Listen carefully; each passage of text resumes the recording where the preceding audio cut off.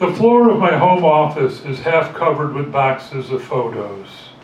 These photos are, to a great extent, my father's legacy. A legacy he would certainly want preserved in some way.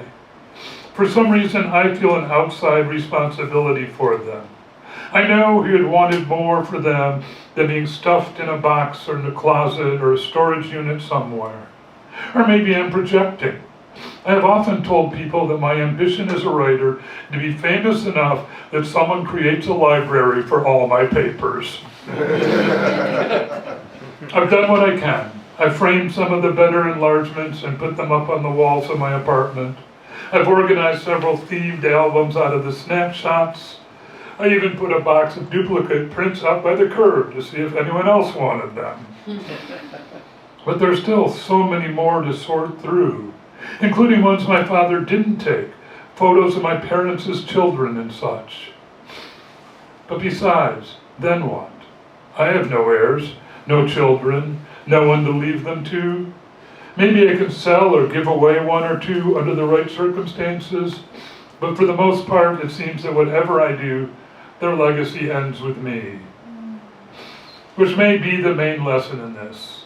We all want to leave some sort of legacy, something that people remember us by, but how many of us really do? And for how long? Maybe one of my father's photos will be hanging on someone's wall 100 years from now. Perhaps one of my poetry books will sit on a shelf next to it. But most of these photos are going to end up, figuratively, if not literally, next to my boxes of unpublished manuscripts. Perhaps the real life's lesson in life and aging and wanting to hold on is actually letting go. At a certain point, we need to let go of things, whether they be photographs or a dream of a legacy. In a way, this entire adventure has been a lesson in letting go, right from the start. Letting go of my life in Long Beach, letting go of the many books, CDs, and artwork that I left behind. The same process happened when we cleaned out my parents' house. And of course, letting them go. Knowing from the day I arrived at their house, I was going to say goodbye.